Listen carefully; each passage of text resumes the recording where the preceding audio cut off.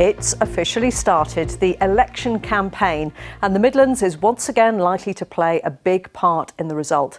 Both the Prime Minister and Leader of the Opposition will have their sights set on the West Midlands. Let's get Brexit done and unleash the potential of the whole United Kingdom. I will be proud to be a Labour Prime Minister, but I have to warn you, it will be very different. Oh, winning over the young voters here could also be critical at the polls on December the 12th. 24 hours after the general election was called, 177,000 people registered to vote, and almost 60,000 of those were under the age of 25. Our reporter Emma Thomas has spent the day at Keele University and joins us now. Emma, how influential are young voters here likely to be this time? Well, Mary, we're told that this evening the Prime Minister Boris Johnson will deliver a speech somewhere in the Midlands. Meanwhile, Labour leader Jeremy Corbyn kick-started his campaigning in Shropshire at a university campus today. Both leaders demonstrating how key a battleground the Midlands region really is for them. I would not be surprised if over the next 5 weeks we see more of politicians on university campuses, as student support can be really decisive in the outcome of local election results, the seats that are won or lost for each party, particularly here in marginal seats, as I've been finding out. Newcastle under Lyme, North Staffordshire's neighbouring borough to Stoke-on-Trent's 6 towns. Here, numbers matter, especially when it comes to closely contested elections. The seat has historically always been quite a balance between the Conservative and Labour. Labour have won the seat continuously for 100 years, but the Conservatives always run a close second here. And in the last election it ran its closest second. 30 votes. That's how many Labour's Paul Fowley won by in the 2017 general election, continuing a century of Labour's red hold on the seat.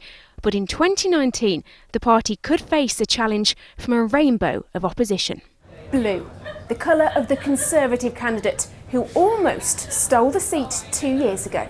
Green, admittedly not quite the shade of turquoise adopted by the Brexit Party, they got the most votes here in Newcastle in this summer's EU elections.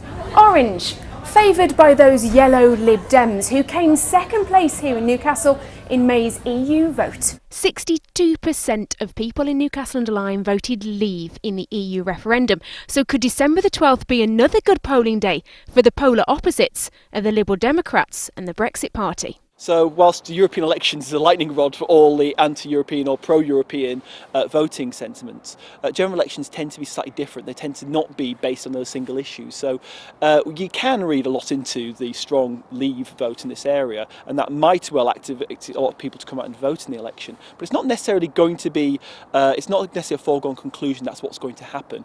Newcastle is home to Keele University, which has 10,000 students in such a marginal seat. Winning their support could swing the result for any candidate. But they'll have to talk about more than just the EU. Well, I do care about Brexit, but it shouldn't be the only thing to care about. And unfortunately, that's taking all the limelight at the moment, and there's lots of issues being ignored. Food banks, the NHS, just a lot of homeless sleepers. I think the main two issues for me are Brexit and the climate emergency. I think there's a huge problem with climate change at the minute, and I think that a lot of the parties aren't talking about that.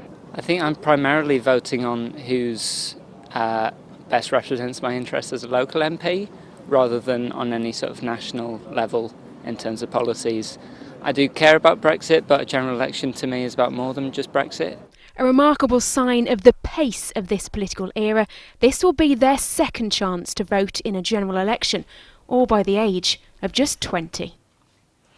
So lots of subject areas and questions there, and during the course of this election we'll do our best to answer them. There is a section on the BBC's Election 2019 online coverage where you can add your own question. But for now, let's head back to Emma Thomas, who's at Keele University for us. So, Emma, it seems as though Brexit isn't really dominating the student agenda in this election. Not so much here, no. I asked the 3 students that we filmed today to pose one question they would like answering by the candidates, and Brexit did not come up once. They asked what they would do to tackle climate change, what they would do about funding for the arts, and whether any of the candidates could give a guarantee, a promise of no further privatisation of the NHS. Of course, the Royal Stoke University Hospital is just 3 miles from here, a large part of the local community here. Well, here in Newcastle-under-Lyme, 4 candidates have been put forward so far. 1 to replace Labour's Paul Farrelly, who's standing down, 1 for the Liberal Democrats, 1 for the Conservatives, 1 for the Brexit Party. Now, some general election news from elsewhere to bring you today. The parliamentary candidate for Coventry South, Zara Sultana, is to face a re-interview by panel today. That's following criticism she faced yesterday for social media posts she'd posted 5 years ago when she was a student relating to Middle Eastern politics and world leaders. So that is to happen today. We don't yet know when we'll get the outcome of that and whether she will continue to stand as a candidate for Labour in Coventry South. Emma Thomas at Kew University, thank you.